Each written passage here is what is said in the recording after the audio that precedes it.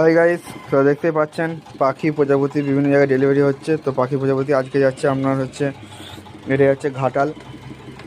তো প্রজাপতি ও পাখির লুকটা একটু দেখে নিন। তো এটা হচ্ছে প্রজাপতির লুক, কি অপূর্ব দেখতে, ওম হোয়াইট কালার সব। আর পাখির লুকটা আপনাদের একটু দেখাই। তো দাদা 20 পিস পাখি প্রজাপতি মিলে নিচ্ছে।